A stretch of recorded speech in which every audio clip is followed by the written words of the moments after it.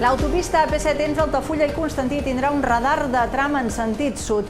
És la mesura que han acordat el Servei Català de Trànsit i el Ministeri per reduir la sinistralitat en aquesta via. El límit de velocitat continuarà sent de 120 km per hora. Sí que es rebaixa a 100 en altres trams, per exemple, a les Terres de l'Ebre. Tarragona ha batut el rècord turístic aquest estiu. Estem parlant de 200.000 persones, un 25% més que l'any passat i fins i tot superior que abans de la pandèmia. Part de l'explicació la trobem en la recuperació del turisme internacional. Gairebé la meitat dels turistes han estat estrangers. Ha superat totes les expectatives que teníem posades. Hem viscut la millor temporada turística de la història de Tarragona. Montblanc tira endavant la reconstrucció del pont de Bolovi, que es va emportar la riuada d'ara fa 3 anys. L'obra s'ha adjudicat per 600.000 euros després que quedés deserta en un primer intent. Actualment funciona de manera provisional amb l'estructura que va fer l'Exèrcit. Els calçots seran aquesta temporada més cars per l'augment dels costos de l'energia i perquè s'ha hagut de regar més per la sequera. Els productors de l'indicació geogràfica protegida Calçot de Valls esperen vendre uns 20 milions d'unitats, 2 milions més que l'any passat. I en esports, el Club Bàsquet Valls Barça B el narrarem dissabte a la tarda en directe aquí a TAC 12. Els de Víctor Neila, que han recuperat la seva millor versió, tindran l'oportunitat de convertir-se en el primer equip que es desfà dels blaugrana aquesta temporada a la Lliga EVA. Són els titulars d'aquest dimecres. Benvinguts, benvingudes al Notícies 12. Comencem.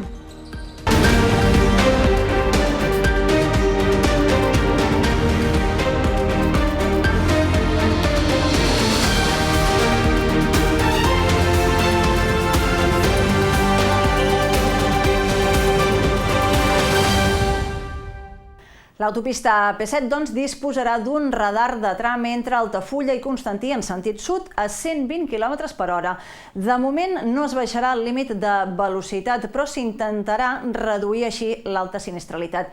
Com veiem, estem parlant d'un tram aproximat d'uns 15 quilòmetres amb pendent de baixada, que és el que propicia un major grau de perillositat.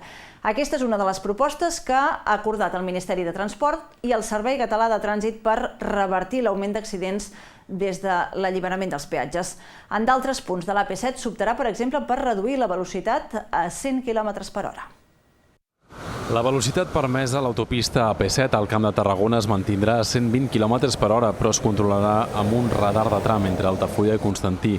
Serà només en sentit sud, amb l'objectiu de reduir l'accidentalitat. Pel pendent que té la via i per la inclinació que té la via, es produeix un nivell d'accidentalitat que el que volem fer primer de tot és mesurar aquesta velocitat de 120 si som capaços de conduir-la, controlar-la amb el control de velocitat. Mentre no s'instal·li el radar de tram, els Mossos d'Esquadra intensificaran els controls de velocitat. Aquí, per tant, no es tocarà el límit, com sí que es farà a les Terres de l'Ebre, entre Calafat i l'Ampolla, i a la zona central, entre Mollet i el Papiol. En els dos casos no es podran sobrepassar els 100 km per hora. De fet, el límit podrà ser més baix en el tram de la demarcació de Barcelona perquè més endavant s'introduirà un sistema de velocitat variable. En aquest sentit, les mesures s'aniran desplegant de forma progressiva mentre s'esperen també solucions més estructurals, com l'habilitació de més carrils. Compartim que en certs punts la intensitat de trànsit que tenim, el tipus de trànsit que tenim, el grau de pesants, etc., requereix, crec que no podem estar simplement esperant que vinguin aquestes mesures, sinó que requereix de poder actuar de manera immediata ja. I això amb mesures que són de baix cost i ràpida implementació, que és el que plantejarem. El Ministeri i el Servei Català de Trànsit recorden que darrerament ja s'han impulsat accions per millorar la circulació de l'AP7. En són un exemple les bandes rugoses al tram tarragoní. El nou paquet d'accions, que afecta uns 80 quilòmetres de l'autopista, busca reforçar la seguretat i minimitzar la congestió de la via. Això per capgirar l'augment dels accidents des que no hi ha peatges i es circula amb més intensitat per aquesta AP7. El 2022 concentra el 17% de les víctimes mortals a les carreteres catalanes, que en conjunt han reduït un 16% la sinistralitat. L'altra notícia del dia passa pel rècord turístic que ha viscut Tarragona aquest estiu. Del 16 de juny al 15 de setembre, la ciutat ha rebut més visitants que mai. S'han fregat les 200.000 arribades, una xifra històrica que supera en escreix el 2021 i fins i tot les dades prepandèmiques. L'increment de visitants s'explica en gran part per la recuperació del turisme internacional. Aquest estiu ha suposat gairebé la meitat del volum total.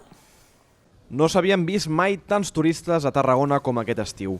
Entre el 16 de juny i el 15 de setembre, els 3 mesos de la temporada forta, han arribat a la ciutat 200.000 visitants. Ras i curt s'han esmicolat totes les dades registrades fins ara, tant del 2021 com dels anys prepandèmics. L'increment respecte a l'estiu passat ha estat del fins al 25%, fent palès que el sotrac de la Covid ja s'ha superat del tot. Pel que fa a les pernoctacions, s'ha fregat el milió. Fins ara la millor dada era del 2017, amb poc més de 700.000. L'ocupació ha estat del 80%, amb pics a l'agost i als caps de setmana rondant el 100%. Unes dades de rècord que no tenen en compte els dies forts de Santa Tecla, que aquest 2022 ha estat excepcional. Tampoc es contemplen els visitants allotjats en pisos turístics ni els creueristes, dos sectors en augment i que dispararien encara més la xifra de visitants. Des del consistori s'assegura que encara hi ha capacitat de creixement, però caldrà estar atents per no morir d'èxit. La càrrega no és excessiva. De totes maneres, quan acabi l'any, farem la valoració de com ha anat. Jo crec que cal assenyalar com que els aspectes crítics ja estan assenyalats, els coneix tothom, assenyalaré els positius. Un positiu és que una part molt important d'aquests creueristes arriben fora de temporada alta. Per tant, ajuden també a desestacionalitzar la temporada. 6 de cada 10 turistes s'han allotjat aquest estiu als càmpings de la ciutat.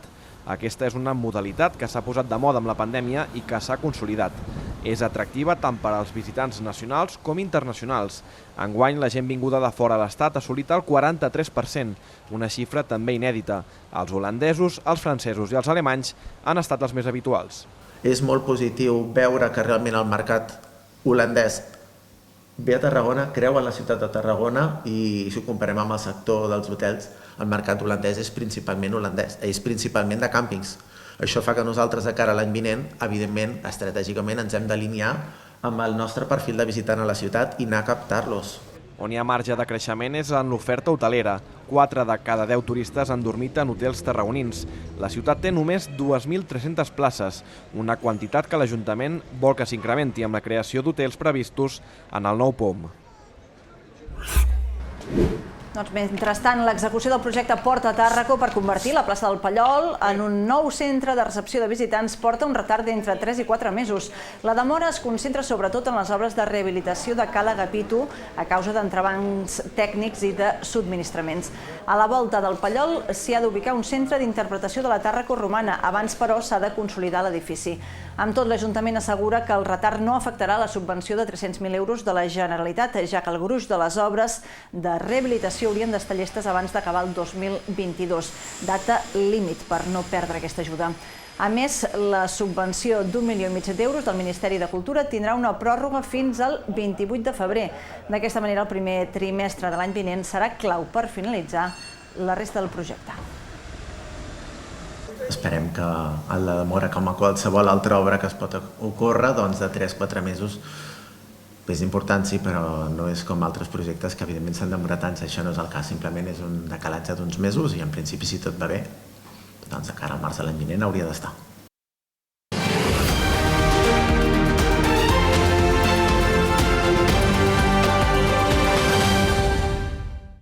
La meitat de les plantes de marihuana decomissades a Catalunya durant aquest any estaven a la demarcació de Tarragona. És una dada que consolida les nostres comarques com un dels punts de conreu d'aquesta droga més important d'Europa. Són sobretot bandes organitzades vingudes des de l'estranger.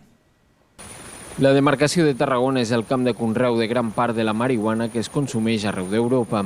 Així han qualificat aquest dimecres des de l'Audiència de Tarragona l'alt nombre de plantacions, tant exteriors com interiors, descobertes durant aquest 2022 pels diferents cossos de seguretat.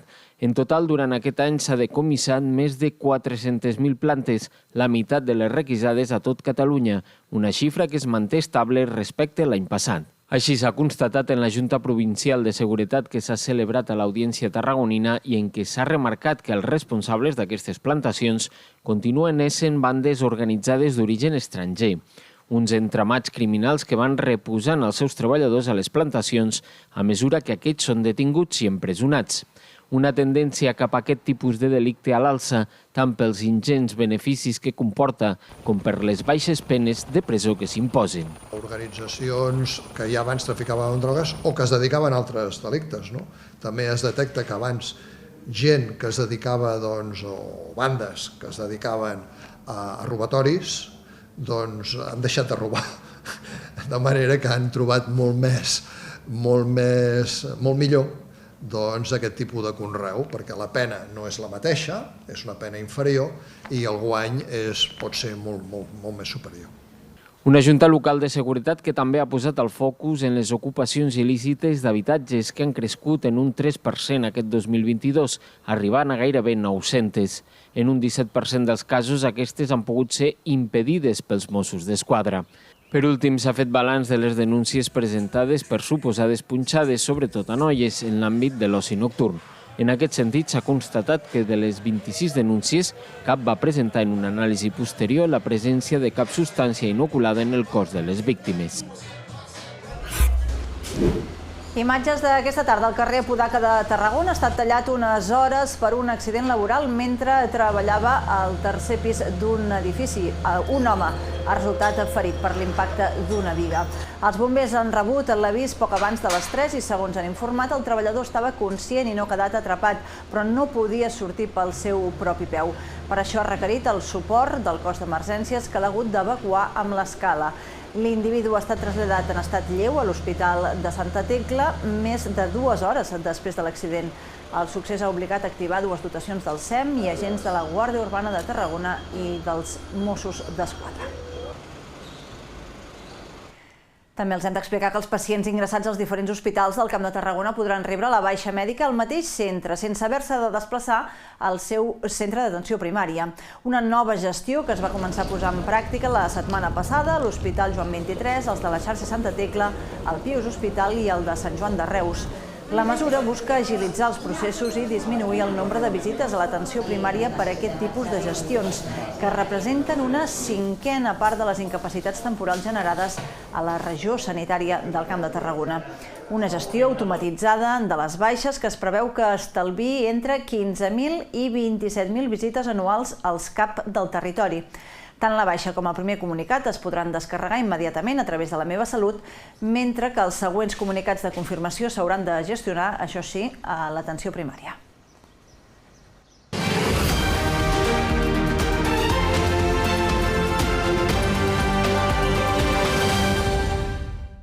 El conseller de Territori de la Generalitat, Juli Fernández, ha refermat avui al Parlament la voluntat de l'executiu català de tirar endavant el projecte de Hard Rock. No, però, sense abans que hi hagi el vistiplau de tots els informes necessaris per tirar endavant el pla director. Fernández ha respost així al Parlament les preguntes plantejades pel grup de Junts, que ha tornat a reclamar un compromís ferm del govern amb aquest projecte. Ni el govern ni el país no es pot permetre el luxe de posar en risc una inversió tan important com la que està prevista a les nostres contrades. Allà no podem ni volem deixar perdre oportunitats. Quina possible alternativa tindrà el govern en aquest gran projecte, en aquell entorn concret? Davant de projectes tan grans i amb aquest impacte beneficiosos, però que també poden tenir externalitats negatives, hem de ser exigents. El govern segur que ha sigut exigent sempre i ho continuarà sent. Qualsevol projecte urbanístic, fins que no tingui els informes favorables, no pot tirar endavant, i estic també convençut que vostè no m'està plantejant que fem res que no sigui complir amb la legalitat, complir amb el marc jurídic i amb les qüestions urbanístiques que cal complir. Tarragona ja ha engegat la maquinària per presentar en societat el text previ del POM, el document que ha de definir el futur creixement de la ciutat. El ple hi va donar el vistiplau ara fa 2 setmanes i ara ha començat el procés de participació ciutadana. Més de 300 persones de diferents sectors econòmics i socials han participat en la primera de les 15 sessions que s'han programat.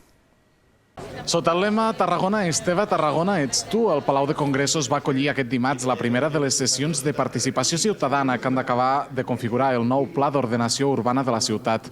Més de 300 persones es van donar cita en una jornada de reflexió que va dibuixar els principals eixos del futur POM.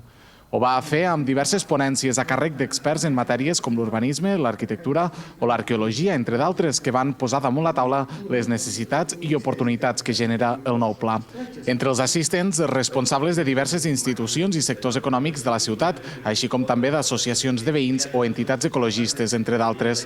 Un acte que va començar amb l'explicació del govern tarragoní de quin és l'objectiu de la proposta que ara ha de rebre les aportacions de la ciutadania. Busquem omplir de vida a Tarragona, enfortint el centre de la ciutat, lligant els barris amb el centre i entre ells i generant molta més anella verda, amb una ciutat que es pretén mirar de portes endins com un espai de convivència i amb punts de trobada, i de portes enfora com un espai ben connectat, capital d'un territori.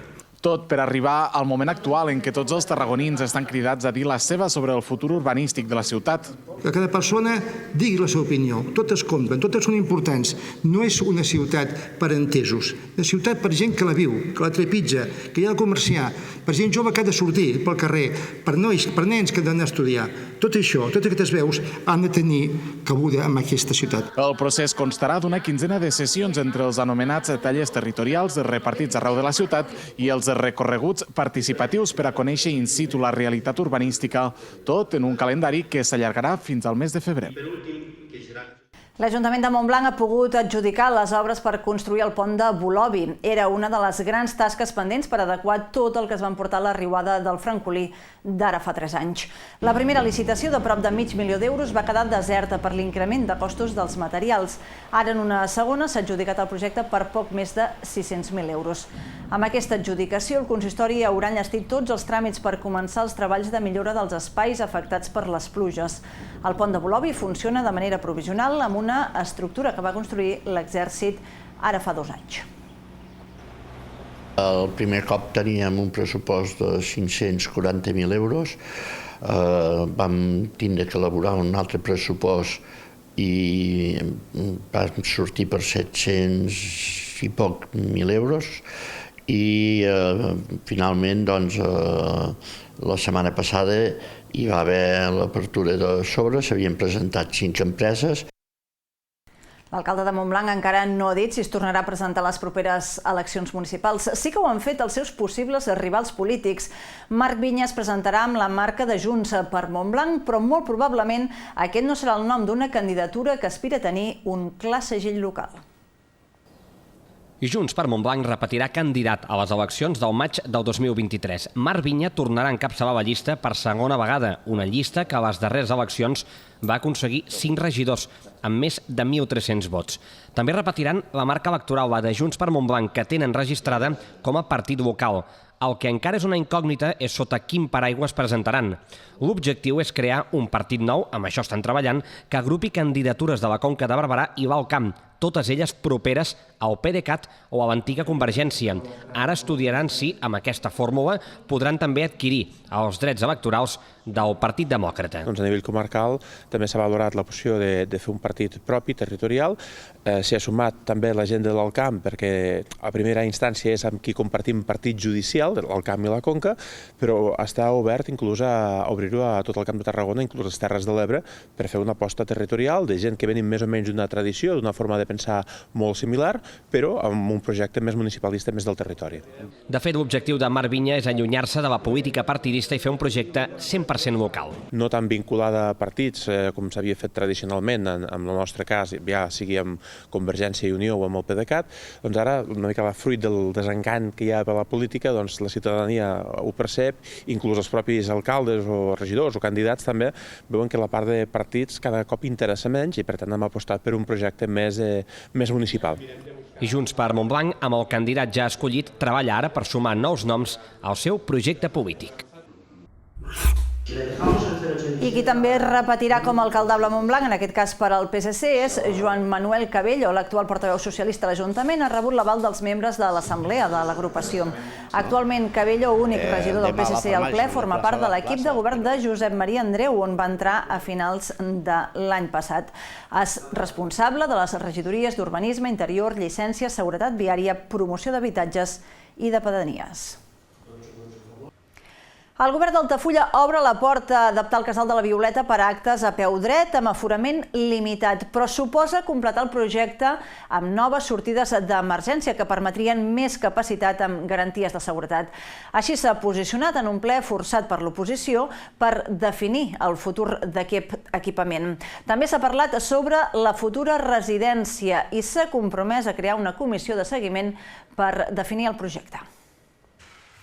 El govern d'Alternativa Altafulla obre la porta a intervenir a la sala La Violeta per adaptar-la perquè s'hi puguin fer activitats a peu dret amb seguretat, seguint les recomanacions establertes en un informe de bombers. Això passaria per adaptar un espai acotat on es poguessin recollir les cadires mòbils de la sala i només serviria per un aforament màxim d'unes 300 persones. És la resposta del govern a una moció en què EINA i PSC reclamen que es completi el projecte amb l'habilitació d'una sortida d'emergència més que permetria ampliar l'aforament aproximadament fins al miler de persones i adaptar la sala a l'ús polivalent que havia tingut anteriorment. Enriquiu la Violeta i per tant, i per fer això només cal continuar el procés començar, perquè no el van començar, de fet, estàvem negociant amb la propietat, no va ser possible aquesta negociació i havíem de començar el procés d'expropiació. Comenceu aquest procés, que és llarg, però és com una mica com parlàvem amb la residència, cal anar fent aquests passos i paral·lelament prenguin les consideracions que diu l'informe de bombers del 12 d'abril per tal de, mentrestant, no hi hagi aquesta obertura de la sortida d'emergència, es puguin fer també espectacles a peu drets, tal com està ara reduint l'aforament de la sala. Volem el millor per la Violeta i el sentit nostre en aquest aspecte és de ser responsables i curosos per tenir la Violeta que creiem de la millor manera sota el nostre punt de vista. No estem en contra que es facin aquests, ja li he dit abans, que es facin aquests passos per poder intentar fer la polivalència a peu dret amb l'aforament limitat, però en tot cas no estem d'acord amb el tema de fer-lo amb totes les sortides d'emergència. Alternativa Altafulla veu innecessari ara invertir en l'habilitació d'una nova sortida d'emergència que, a més, necessitaria d'una expropiació d'un terreny veí. En el mateix sentit es posiciona l'exregidor de Cultura Héctor Bufill, que defensa l'èxit i l'encert del model actual de la Violeta com a auditori. Des d'Ara i PSC es reitera la necessitat de retornar l'ús polivalent a la sala, mentre el regidor no adscrit, Xavier Rofas, no es fixa en el model però apunta que qualsevol millora en seguretat és benvinguda. La moció ha prosperat amb els vots de tots els grups de l'oposició i l'abstenció de Junts i Alternativa Altafulla. Més receptiu ha estat el govern en la segona proposta d'un ple extraordinari forçat pels grups de l'oposició i que s'ha aprovat per unanimitat. Alternativa Altafulla s'ha compromès a avançar en el projecte de construcció d'una futura residència per a la gent gran. El primer pas seria la creació d'una comissió de seguiment per definir el projecte. Moment ja per fer una pausa, tot seguir la resta de l'actualitat d'aquest dimecres. Començarem amb els esports. Veurem les primeres imatges de Roni Gombe entrenant-se amb el Club Bàsquet Salou. També els explicarem que el Valls Barça B de dissabte podrà contemplar-se en directe aquí a TAC12. Els de la capital de l'Alt Camp acaben de guanyar la complicada pista del Martinenc i ara volen sumar per primer cop el Joan Abellar aquest curs, davant un rival que, atenció, no ha perdut encara a la Lliga EVA. També anirem fins a Valls per saber com es presenta la temporada de calçots que està al caure. Enguany els productors de la indicació geogràfica protegida esperen produir-ne fins a 20 milions. Són 2 milions més que l'any passat. El preu també pujarà. De seguida tornem. Fins ara.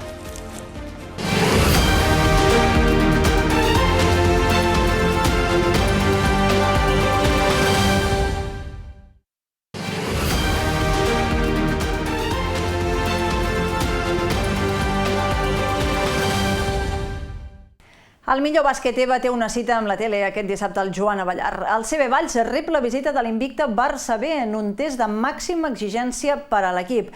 Si el nivell és el de la setmana anterior contra el Martinenc, hi haurà opcions de guanyar. Que ningú hagi sigut capaç de sorprendre el Barça B en 6 jornades d'EVA demostra el potencial d'un filial que no juga a l'Alep Plata perquè no vol i que decideix als despatxos, al desenllaç d'unes temporades on sempre compleix a pista. Els blaugrana passaran pel Joan Abellar, pista històrica del bàsquet català i on sorprenentment el Valls no ha guanyat encara aquest curs. 3 derrotes, 2 d'elles contra plantilles de primera fila. L'esperança dels de l'Alt Camp es fonamenta en què, tot i situar-se 3 victòries per sota que el seu rival, amb un balanç de 3-3, el rendiment de la jornada prèvia al pavelló del Martinenc va ser excel·lent, sobretot pel que fa als percentatges ofensius. I el Barça B exigirà nivells màxims de concentració i encert. No és habitual, no? I ojalà ho puguem repetir, però també és veritat que al final el grau d'encert també surt de la concentració dels jugadors, no? Quan més posat estàs és més fàcil, no? que la pilota entri. L'altre dia l'equip realment va estar molt concentrat, suposo que davant de les dificultats i de l'últim partit que no estàvem ningú content de com havia, més que el resultat en si, sinó de com havia anat, doncs l'equip va fer un pas endavant. El començament de la setmana de feina no ha sigut fàcil, ja que les lesions ja conegudes de Jordi Llagostera i Jordi Barberà cal sumar la de l'absent de l'altre dia a última hora, Marcus Vinícius, que no es pot, però, descartar. A banda, David Loras i Alexi Luco estan malalts. Així, Víctor Neila va treballar sense interiors. El Barça B és la millor defensa i el segon millor atac. El Valls, el conjunt capaç de refer-se de pressa del mal sabor de boca en l'últim partit disputat a casa contra l'Eix Castell. Si vens de fer un bon partit i te trobes inconvenients en forma de malalties, però que no et deixen tenir una normalitat amb el grup. Realment aquest any vam fer una plantilla llarga pensant en el que pogués sortir, el que no esperàvem és que sortís ni tan aviat, no? Però aquestes coses són així, la temporada és molt llarga. Un Valls-Barça B que narrarem a TAC 12 dissabte, des de les 6 de la tarda, dins l'Enjoc de la xarxa de comunicació local. Tot plegat amb els comentaris de Quim Pons i Jesús Sarmiento. L'anàlisi tècnica anirà a càrrec del vallenc Josep Soler, exjugador local i actual efectiu del Martinenc. Roni Gombe s'ha incorporat per fi a la disciplina del Club Bàsquet Salou. És el primer entrenament de l'internacional per Kènia, tot i que fa 2 mesos que va oficialitzar-se el fitxatge. Problemes aliens al club a l'hora d'enllestir els tràmits administratius van endarrerir l'entrada al país del pivot, que aquest matí ha dut a terme la primera sessió amb la plantilla.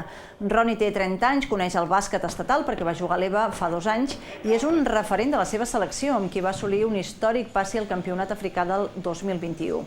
L'interior disposarà ara de marge per adaptar-se als nous companys, ja que aquest cap de setmana no hi ha l'E Plat amb el Salou revifat gràcies al segon triomf de la temporada.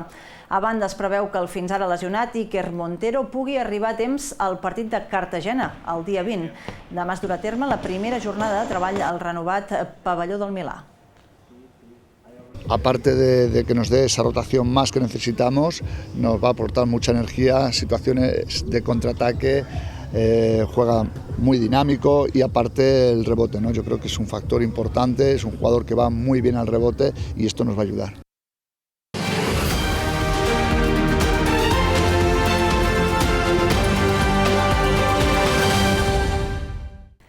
La temporada de calçots està al caure. La indicació geogràfica protegida, Calçot de Valls, l'enceta amb la voluntat d'arribar a arrencar-ne 20 milions d'unitats, 2 milions més que l'any passat. Això sí, seran més cars per la sequera i per l'augment dels costos.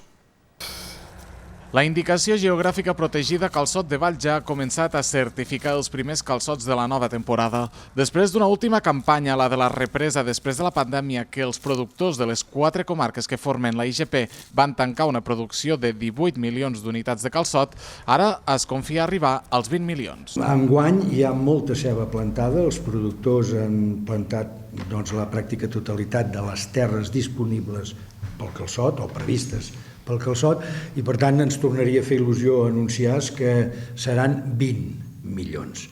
Però no des de ser una mera especulació allà on som ara, a les alçades que som ara de la campanya. La sequera de l'últim any ha obligat els productors a regar més i, per tant, consumir més aigua. Una problemàtica que s'ha de sumar a l'augment de costos de l'energia i que obligarà a revisar a l'alça el preu de la venda del calçot. El preu pot ser que pugi una mica més, és a dir, a veure, si pensem que hi ha entre un 25 i un 35% d'augment en moltes coses importants que ens afecten, com ara és l'energia i els combustibles, no vull dir que directament el 25 o el 30 hagi de pujar, però sí que hauríem de pensar que hem de repercutir, hem de fer perquè els preus pugin una miqueta més. La campanya de producció de calçots s'inicia ara i s'allargarà fins a la primavera. Si bé el moment àlgid de la temporada de calçotades no arribarà fins al mes de gener, els restaurants de la zona ja l'han iniciat. Precisament per posar en valor el producte de quilòmetre zero, la Cambra de Comerç de Valls vol impulsar enguany un segell de qualitat pels restaurants que cuinin calçots amb segell de la IGP Calçot de Valls. Doncs com dèiem, el moment culminant de la temporada de calçotades arriba al gener, quan Valls es reivindica el valor del calçot amb una gran celebració al carrer. Aquest cop, la gran festa de la calçotada tornarà a fer-se, com és costum, l'últim diumenge del mes de gener. Mantindrà el circuit habitual en demostració de coure calçots, mostra de calçots i salsa i concurs de menjar calçots. Però també presenta novetats. La principal, es crearà un espai de degustació a l'aparcament de la cooperativa que es convertirà en punt de trobada per evitar que es consumeixi pels carrers de Valls com es feia fins ara. Creem un espai de degustació del calçot molt més digne que no seure pels carrers de Valls. A banda de que hi haurà oberta, no cal dir, l'agrobotiga de la cooperativa i tots els serveis de la cooperativa i els sponsors amb les seves botigues allà, pot ser realment un espectacle. La resta de la festa queda igual, l'únic que canvia és que no hi haurà als carrers la gent menjant els calçots perquè representa que se'ls menjaran allí baix.